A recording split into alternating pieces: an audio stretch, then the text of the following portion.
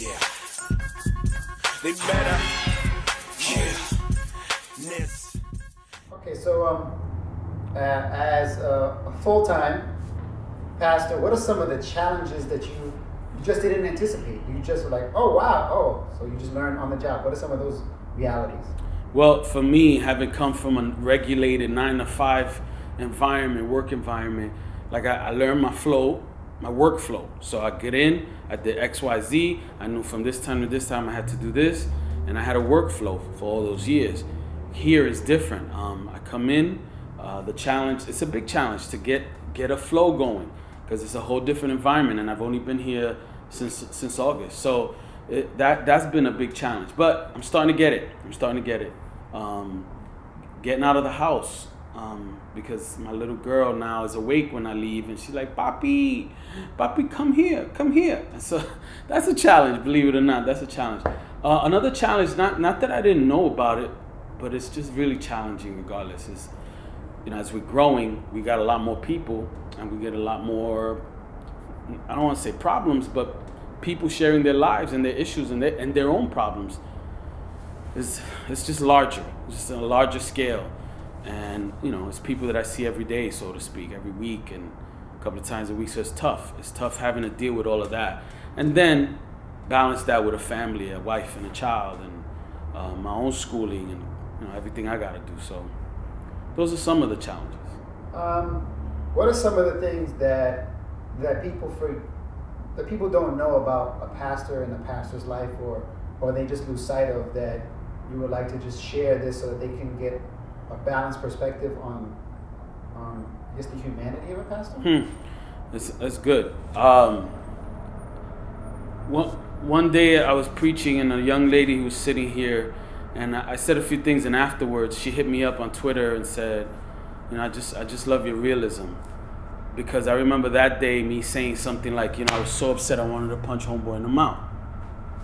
That's real. I try to be real, try to be authentic, and speak the truth, and say I'm a human being. I fail, I mess up, I get angry. And so I think that a lot of people forget that. And one of the things when we started the church, and I had that first small core group of like 5-6 people, I remember in one of our meetings, I said to them, when you think of what the pastor should be or is, what is the pastor? Give me words, let's brainstorm. And so they threw out all these wonderful words, living right, loving Jesus, know the Bible, prayerful, all of these wonderful things. And at the end I said, but none of y'all said he's human. And so I try to remind our church all the time, that I am human. I am a human being. I have feelings. I'm tempted. I get angry. I'm human, and I will mess up. And so I try to ask the church for mercy and grace, the kind of grace that God extends. Because I know I'm a mess up. I'm a new pastor. This is new to me. We're moving rapidly in some ways through, different. We started in my home. Now we're in this spot. Now we're gonna have the other spot. So, we're moving. There's a lot of transition, and so in that transition, a lot of stuff might get a little missed or messed up. And so I'm always asking for grace, and I don't know everything, so I'm always learning and asking for people to help me with that process, because it's huge. So I want people to know that we're human. Pastors are human beings, and we have feelings. And so, like when you say something, sometimes it does hurt, and I'm learning that. And another thing I think is real important to know is that there's a level of leadership that you get to, where you feel like you're completely alone. You might not be, but you sure feel that way sometimes. And one of my pastor friends always said that to me, and I'd be like, you bugging, you don't know what you're talking about. But about 3 or 4 months into this whole thing, I felt it, and I was questioning, man, am I really supposed to be doing this? Because I felt all alone. I felt like I was doing everything, and I had no support.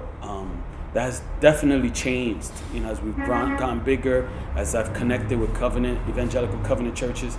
I mean, it's just a whole different realm right now. But there's humanity, and there's loneliness. When you get to a certain level of leadership, there's a loneliness that you feel like all of this is just boom, dropped on your head, dropped on your mind, your emotions, your heart.